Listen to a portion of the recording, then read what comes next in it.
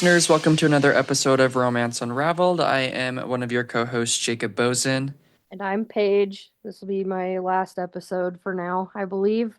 And Yes, I'm excited. Apparently, you have a psycho crazy story to tell me today.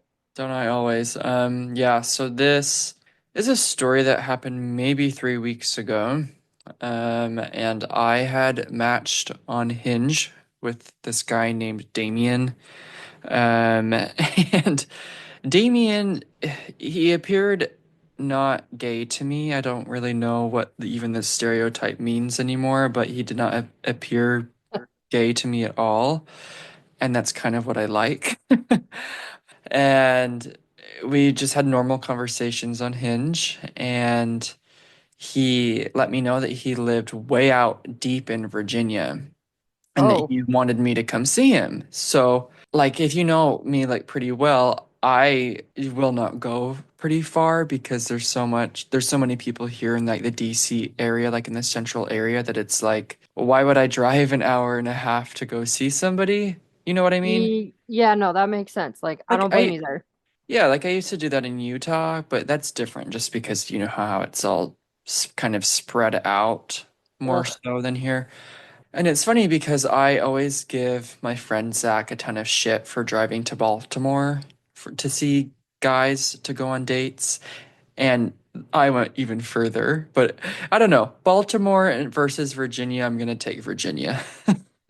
Yeah, I'll give you that. Anyways, so we decided that he wanted to take me out to dinner. And so we made our plans. I was going to go out there on a Saturday, but he was sick. So we rescheduled. But in the point of rescheduling, he's like, do you just want to come out? Like, I'm not that sick, and let's just do it today. So I'm like, okay, I don't have plans today. Let's do it. So I get in my car, I drive literally an hour and a half to this place out in nowhere in Virginia, essentially. And the whole time I'm thinking, why am I doing this? Like, what about him has captivated me? I mean, he was cute and appeared more straight, or like, I guess, straight looking. And yeah, whole time I'm thinking, why am I going out here? So get there, and he's got like his own like condo house kind of thing, and he's like looking at me through the blinds, like to make sure I'm who I say I am, and because I do the same thing Making when sure you didn't catfish him.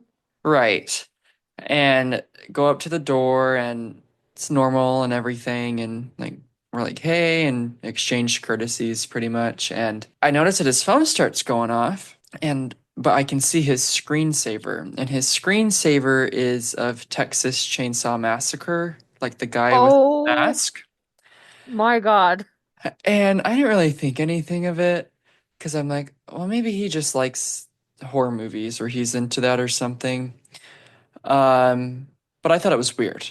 Like I've never seen someone who has had a screenshot of really any horror movie before, and I've never seen Texas Chainsaw Massacre, so I don't really even know. I just, know it's I a horror mean, movie. that would have made my alarms go off in my head. That's a little red flaggy to me, but Yeah, yeah. gee. And so he's like, "Okay, let's go to dinner." So get in his car. His phone keeps going off, and so I keep seeing this like Texas Chainsaw Massacre, and I'm like, Oh no. this is really weird. So then he starts asking me like what kind of music I like, so I tell him, and I ask him what kind of music he likes, and he says he likes screamo. All So, right, we are starting to fit a stereotype here. uh-huh.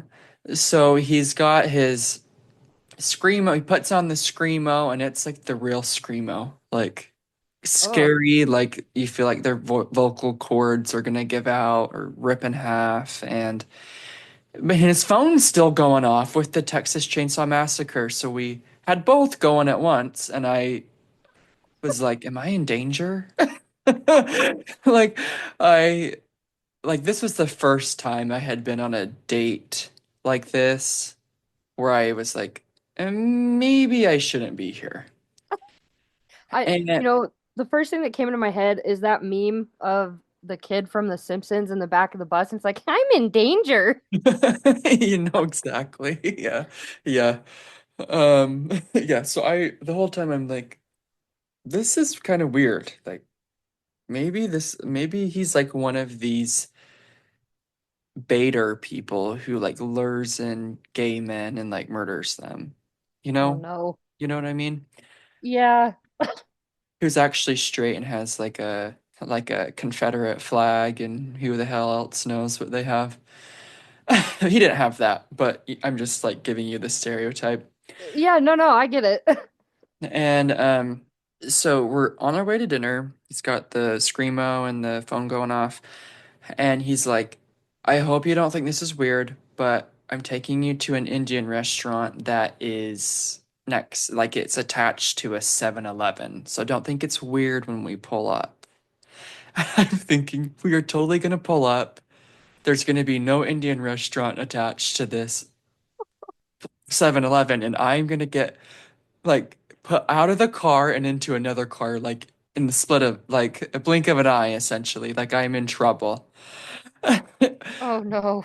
But we pull up and the Indian restaurant is attached to the 7-Eleven, and we go in, get seated and everything, and we order our food and everything's normal, like we're just talking and normal, and he needed to go use the restroom.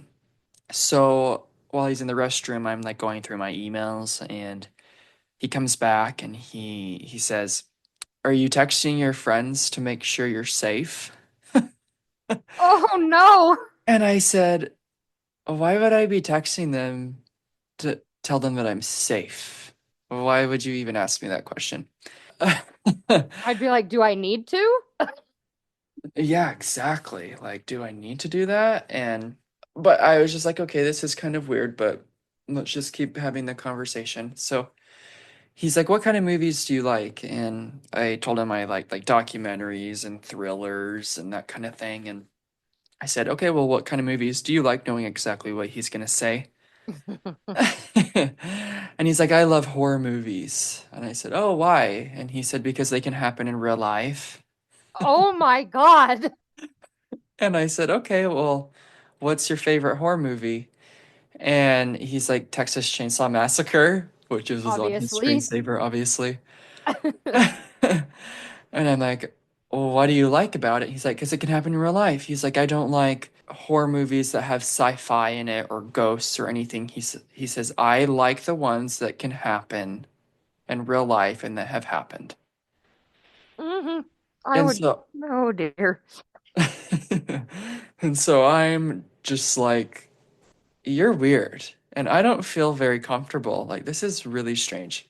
So we order our food, and I like love Indian food. It's so good. hmm And we ordered naan, but he ordered a different kind of naan that was like stuffed with like cheese and onions and like garlic and that kind of thing. Okay. And so we get it, we're eating our food, and he takes a bite out of the naan. And he's like, "Oh, I can't do this." And I said, "Why? Like, it's so good. Why don't you like it?" And he said, "It's a texture thing." And I said, "What do you mean it's a texture thing? What does it remind you of?" And he said, "It has onions in it, and it reminds me of human skin." Uh, what? Like, legitimately said the onions in the naan remind him of human skin, and he couldn't eat it because it reminded him of it. Why does he know what human skin feels like in his Right. mouth? Right. Oh my God. And so that's what I asked him. I said, "What do you mean? Like, why would that even equate to you thinking that?" He's like, "I don't know, it just does." Oh, okay. And yeah, so we we got done with dinner, and we're riding back to his house, and he's like kind of showing me like the area that he was in, which so he lived like on the outskirts of this city in Virginia. Okay. And it was actually a really big city. I was surprised it's just more spread out. But he lived like in the rural outskirts, kind of on the edge of the city. Okay. So it appeared to me like I was in the middle of nowhere when I first arrived. And so we go back to his place, and I don't know why I do this. Like, I have all these red flags going off, but like, I should have left, but I didn't. Because he's cute. Like, he's legitimately cute. Like country, like cowboy kind of person. Like I said, he was more, I guess, straight acting as a gay man. So you barreled towards those red flags like a stampeding bull, is what I'm understanding. I wouldn't say that I barreled towards them. I was definitely on edge, but it wasn't enough to Make like you go the send other me way. away. Yeah.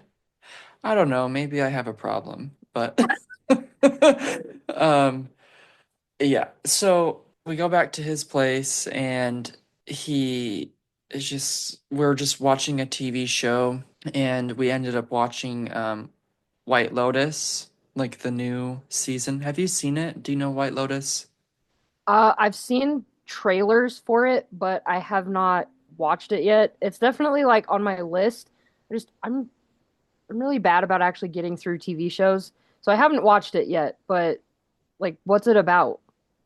So it's practically just about so each season is different. So it's practically about this hotel that a bunch of guests go to and like the guests are really psycho. Oh, And it's about like their stay at the hotel or the resort, okay. you could say. The first two seasons were really good. The third season I'm not sure of yet. It's kind of not as good. But anyways, we I suggest watching it. I think it's good. It's pretty good entertainment. All right, well, Um I'm definitely gonna check it out. yeah. So we watched this White Lotus, the first season of the third or the first episode of the third season, and he's like, "This is stupid," and I was like, "Yeah, that's kind of." I was actually really disappointed in it as well. So we went and watched another episode, but of the first season, which is a lot better. And it was at this point, it was probably I don't know, 12, maybe 12 a.m.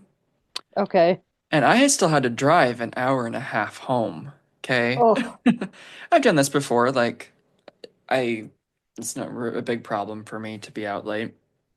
And, but he wanted me to stay the night. And I did not bring my stuff to stay the night. And I didn't want to anyways, just because I was like, I'm not really too sure of you. yeah. Um, so I left and got home.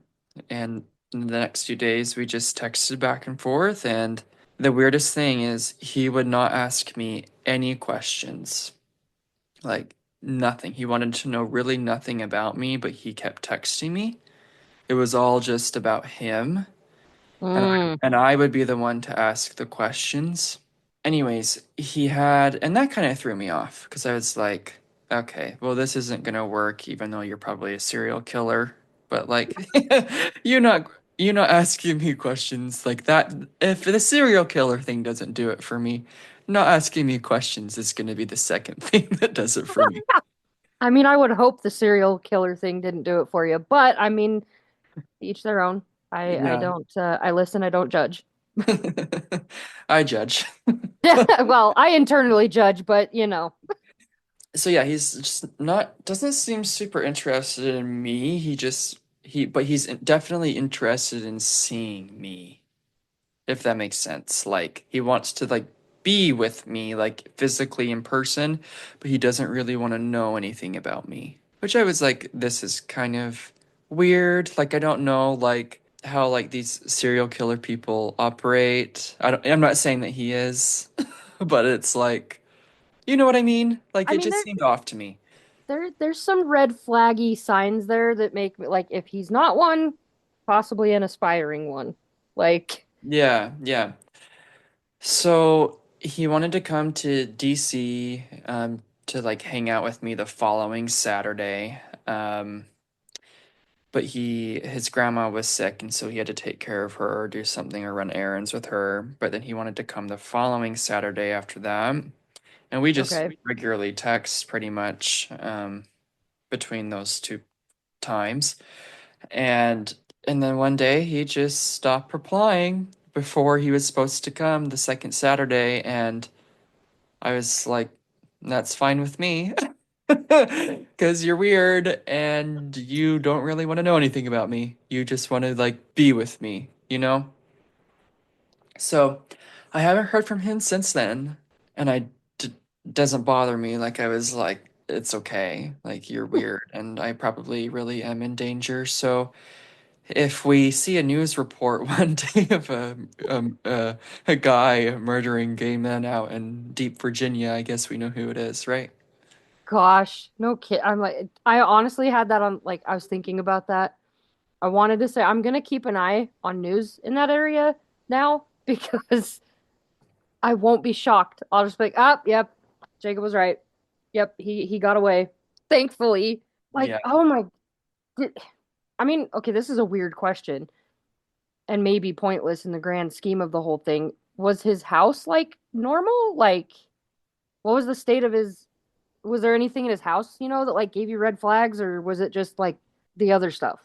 No, his house seemed normal to me. He did have a roommate that I did meet very briefly that was there around like maybe 11:30 p.m., but he came in and he left again.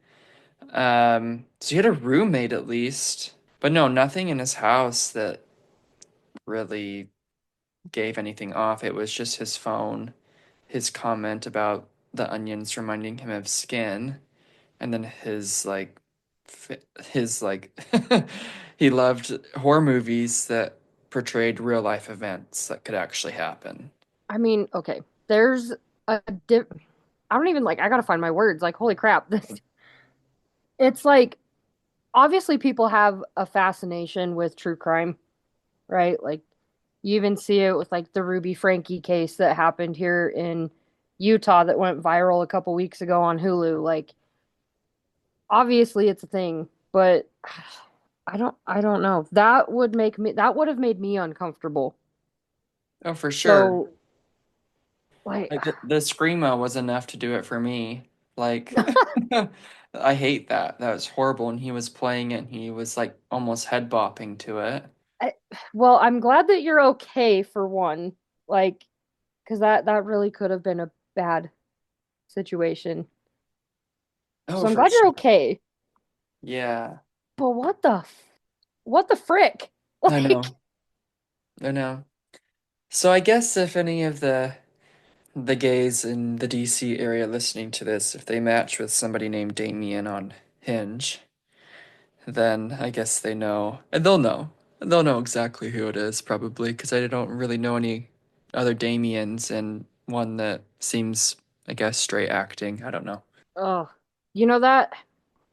that reminds me of like, I if we've got enough time, I could throw a really quick story at you too, but this was like forever ago. I mean, like, I've known I was gay for a while, but I think I was kind of in that weird place where I'm like, well, do I like men? I mean, maybe I like both.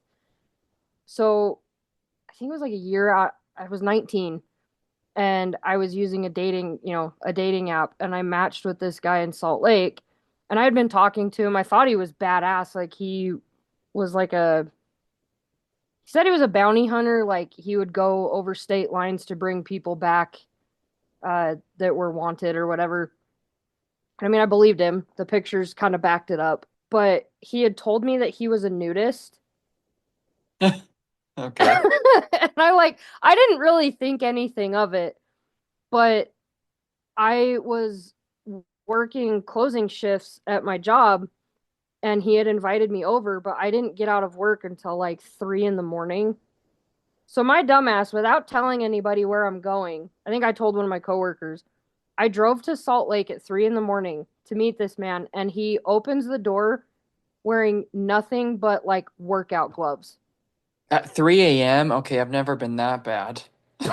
Okay, I was stupid, and but like I that was the first time I'd ever seen like the male genitals in person, and I was just standing there like, you literally opened the door like that. Interesting. And that And was my probably that moment where you're like, okay, I can't do this. oh no, I went in the dude's house. Oh, okay. And he's like, "Oh, I have a roommate, but he's sleeping, so like we have to be quiet." I'm like, "Okay." And they had like it was just like a little apartment, but they had it's like two bedrooms, there's a kitchen, the living room, and then like an extra room that they used as like a workout space. Like there was like gym equipment. So for like 30 to 45 minutes, I watched this man work out naked. What? I'm dead serious. And like, You just sat there? I mean, we made conversation, but like, it Oh was my God. the weirdest freaking thing I've ever done in my life. Like, Oh, there's, that's so funny. and then I went to leave and he's like, "Oh, do you want to come cuddle?" And I was like, "No, I want to go home actually, because it's like 4 in the morning." Oh my goodness. And like, when I left, I didn't talk to him again after that. Like, he didn't message me, I didn't message him, and I was just like, why did I do that? Yeah, I Needless would to be say, wondering the same. I've never used a dating app again. But like, your story just kind of reminded me of that. Of like, why did I like? I'm uncomfortable. Why did I do this? Yeah, yeah. But then again, I didn't really know until I didn't know at what level it was at until I was in the Indian restaurant and he was my ride. And I was in the That middle of nowhere. You know. slightly scarier situation, I think, at that point. I think in mine, I just like, he told me he was a nudist, but I didn't think the first time you're meeting someone that whether you're a nudist or not, like, why would you answer the door completely in the nude the first time you're meeting someone? Did he tell you that he was gonna do that? No. Okay, yeah, that's weird. Yeah, like, I don't know if it was like some weird, like, I don't know, he's gonna open the door in the nude and I'm just gonna be like all over him, or like, I don't, That had to be what it was for sure. this is why I don't leave my Crazy. house. Yeah, especially this week. Goodness. Ugh. I think that, we got two stories in kind of, so that was good. Yeah, sorry to throw that like random one in there. The whole time you were talking, I was like, wow, this kind of sounds a little bit familiar, maybe on a different like scale, but good Lord. Watch out for crazy people, y'all. Watch out for them. They're everywhere apparently. Okay, well, for our listeners, make sure you subscribe and save. We are streaming anywhere you can get your podcasts. And make sure to follow us on social media. We are Romance Unraveled on Instagram and Facebook. Until next time.